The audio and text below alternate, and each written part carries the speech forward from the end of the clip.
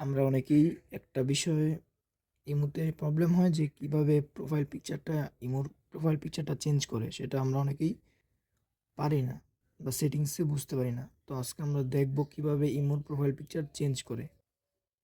প্রথমে আমাদের ইমোতে ঢুকতে হবে। ইমো, তারপরে যে কর্নারে প্রোফাইল অপশন আছে এখানে ক্লিক করতে হবে। তারপরে এইখানে এই প্রোফাইলের উপরে ক্লিক করতে হবে। তারপরে এখানে এটার উপরে ক্লিক করতে হবে। তারপর এখানে যে ক্যামেরা অপশন আছে এটাতে ক্লিক করতে হবে। তারপরে চুজ ফ্রম অ্যালবাম এটাতে ক্লিক করতে হবে।